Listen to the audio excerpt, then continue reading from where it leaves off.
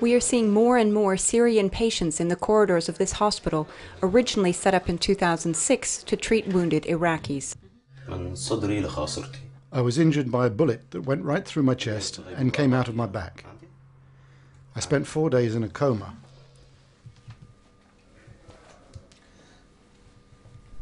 The bullet went in here and came out here. It pierced my right lung, my liver, my gallbladder, my intestine, and damaged my sciatic nerve. The conflict in Syria is intensifying, and working inside the country is impossible.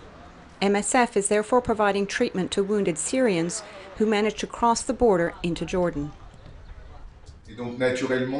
And so, obviously, this only concerns patients who can physically make it across the border. It's very, very clear that the most serious surgical cases are still in Syria, and for the moment have no way of crossing the border. Unlike the Iraqi patients who need reconstructive surgery, the Syrians mainly need treatment for bullet wounds, and this usually involves orthopedic surgery. To cope with the inflow of refugees, a trauma unit reserved for Syrians will be opened shortly with capacity for 50 patients a month.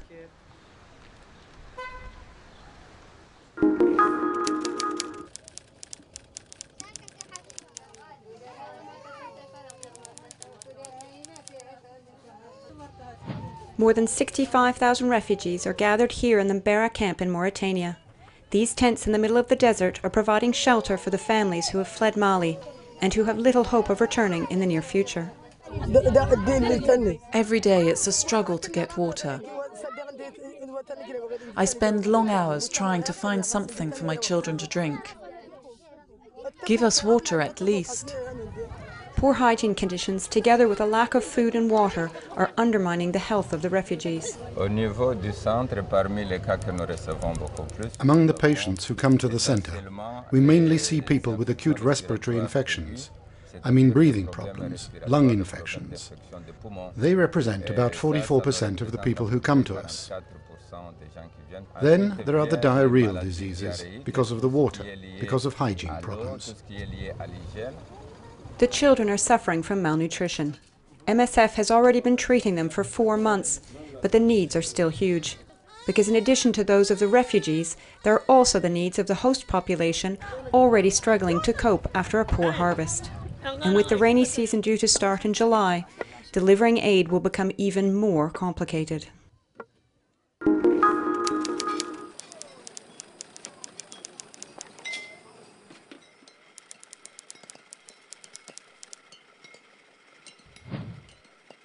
For the last 2 years, several villages in the north of Nigeria have been cleaning up lead dust, but there is still much to be done. MSF, which is treating contaminated children in 7 villages, estimates a further 1,500 children are still being exposed in the village of Bagega. Lead poisoning is a serious health hazard which can prove fatal. Children are more vulnerable to lead poisoning because of one, they usually play on the ground, and they're usually close to the source of contamination itself. And children also have a small blood volume. As such, any little amount of lead they take will therefore concentrate in their blood and cause high contamination. Last May, MSF was the lead organizer of an international lead poisoning conference. Delegates called for Nigerian government commitment to resolve the crisis, notably by releasing promised funds of $4 million to clean up Bagega and invest in safer mining. Since this conference, the Environment Minister has approved the release of the funds.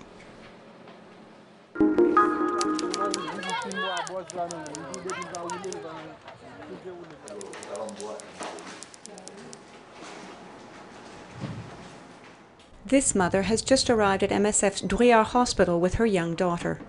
Like many of the children here, this little girl has been severely burned by hot food. This little 7-year-old girl was scalded by a pan of spaghetti this morning. She was brought here by her naturally distraught mother.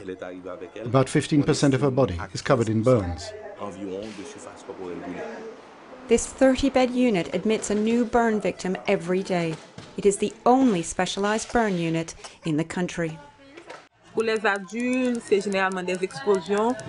adults, the cause is usually an exploding gas container.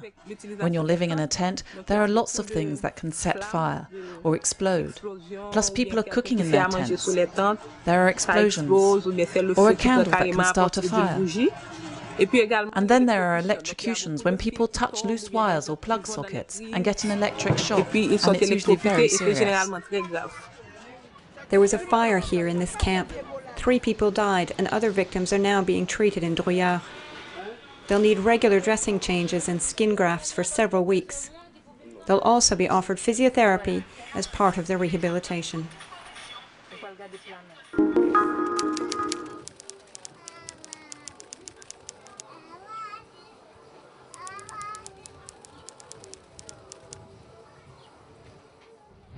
This clinic provides treatment and counseling for women, but also for children and sometimes men who are victims of sexual violence.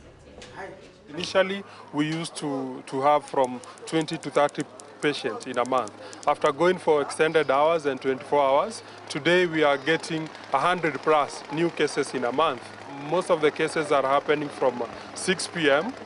up to midnight.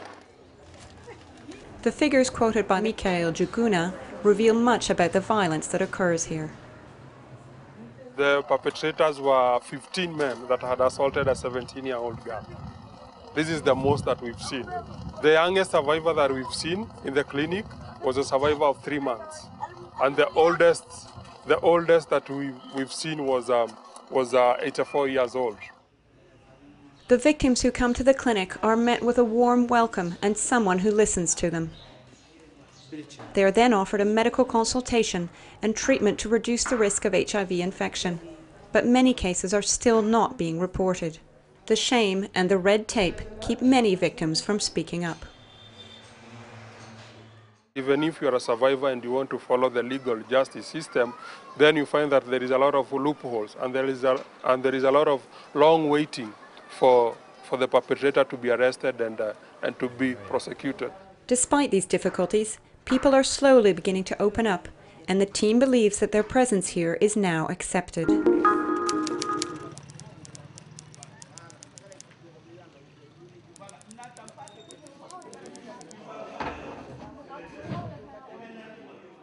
Every year, cholera epidemics in the Beaufort region spread a little further and last a little longer. Until now, the oral vaccine was only administered as prevention before the first cases appeared. We usually work on the treatment of cases, and we try to do something on the prevention, especially on the treatment of water and the prevention of the spread of the disease. However, all of these actions have very little impact on the actual spread of the epidemic. This is the first time that we are using cholera vaccine in such an emergency and reactive vaccination campaign. After this vaccination campaign, MSF and Epicentre will monitor the effectiveness of the vaccine for 6 months. The results will be used to develop a strategy for dealing with future epidemics. The teams hope that by using this vaccine in conjunction with prevention, hygiene measures and treatment, they will be able to offer a more effective response to the disease.